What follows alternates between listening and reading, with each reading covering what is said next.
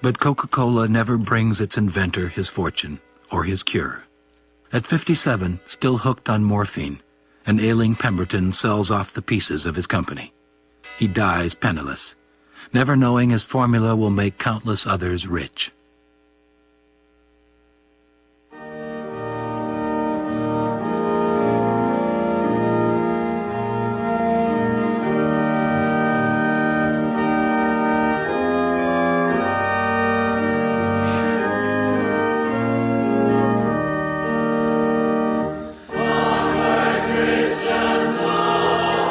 In 1888, a pharmacist and devout Methodist picks up the pieces of John Pemberton's failed dream. He is one of a new breed of Southern businessmen who believe in making money as a form of worship.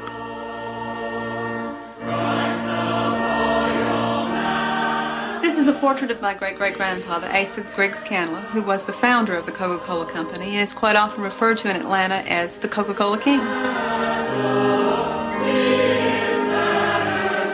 Asa suffered from really severe headaches, and a friend recommended that he go down to Jacob's Pharmacy, that there was a new product that Pemberton had come up with called Coca-Cola.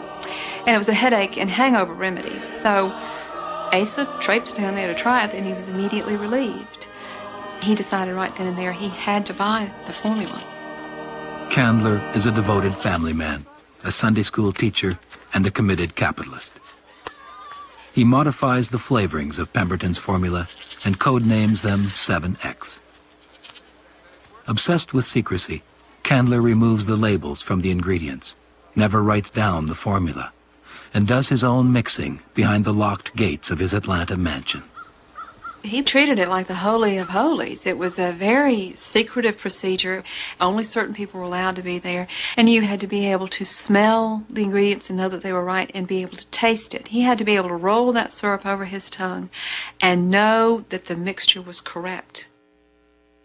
He referred to Coca-Cola all of his life as my golden elixir, and he believed it with a fervor that many missionaries have about their faith. American advertising really grew out of the patent medicine industry. If you were trying to sell a sewing machine, you didn't need to advertise it. People needed sewing machines. Patent medicines, nobody really did need. They really didn't work, most of them. So in order to sell the patent medicines, you had to really push them, and you had to make outrageous claims. Candler's claims are directed mainly to businessmen. A Coca-Cola taken at 8, he promises, energizes the brain till 11. Like a prophet, Candler sends his missionaries across the South to promote his new drink. The outrageous message they're delivering is the beginning of modern advertising. Come, let's take a walk down to the old drugstore, where the man says The soda fountain was an adjunct to the drugstore, and when these drinks were purveyed there, they were purveyed as drinks that were refreshing and healthful. And among them, Coca-Cola came to be an important drink. They started getting letters, particularly from women, saying, please stop advertising this stuff as a patent medicine, because I like it. I like to drink it. I don't want to feel like I have to be sick to drink this stuff. So Candler said, hey, there are more alive, well people out there than there are sick people. Why not advertise to the masses? Coca-Cola as brain tonic soon becomes delicious and refreshing, a drink for young moderns.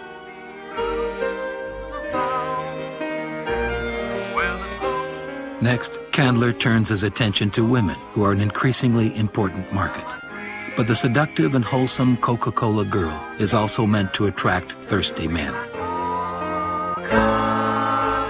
For the first time, Candler is selling an image, not just a drink. And he puts that image everywhere. They had Japanese fans that said Coca-Cola. They had calendars, they had watches. They were very clever to put it on things that people would consult, would look at. They put it on a mirror because people look in a mirror. They put it on a calendar because people look at a calendar. They'd put it on matchbooks because, you know, you strike a match to light your pipe or whatnot. Candler hires itinerant artists to paint the logo on barns and the sides of buildings. Soon the elegant script can be seen in every state and territory in the U.S. On the eve of the 20th century, Candler is selling 36 million Coca-Colas a year and spending an unheard of 20% of his revenues on advertising.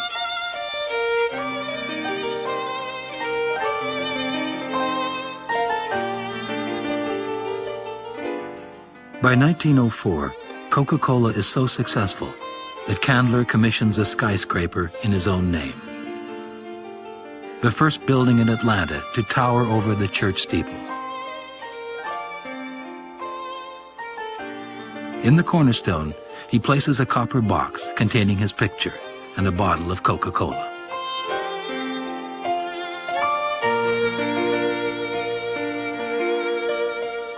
The word Coca-Cola was almost magic. In the early days, if you hung a canvas sign out, you were an immediate business success because everybody was enamored with the drink and they all wanted to try it. And if your corner grocery store sold it, then immediately people would go there. And so some other drinks came out. These are what we refer to gently as imitators. This is Coca-Nola, and this is Coke, C-O-K-E. And this one, an imitator, this is Pepsi-Cola.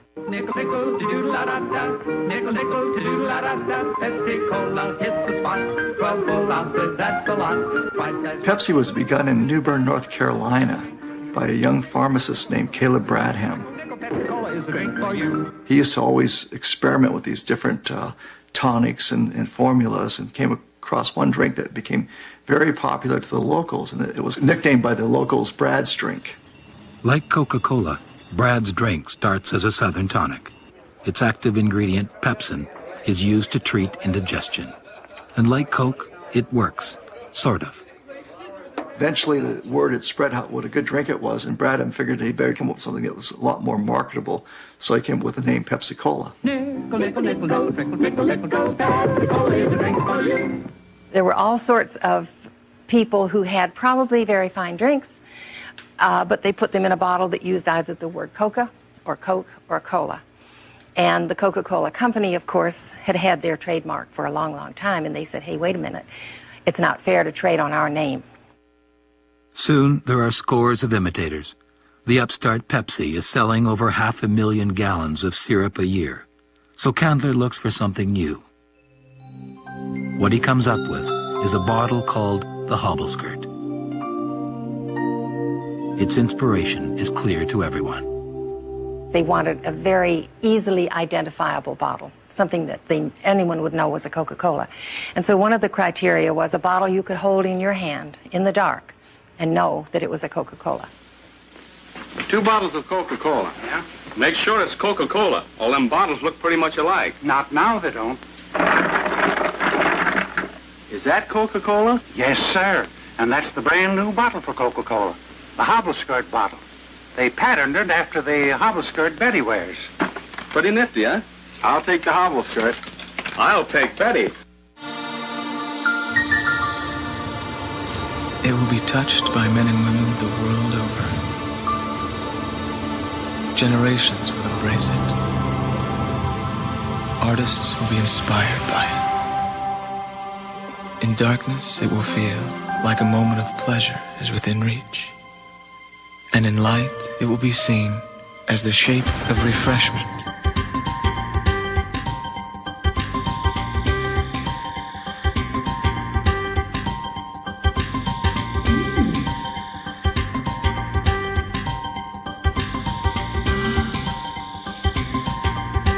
It's ironic that Coca-Cola had taken all of the cocaine out by 1903, and yet people continued to think that it had drugs in it. It was called dope all throughout the South, or a shot in the arm, or a morning's morning, or another brick in the Candler building.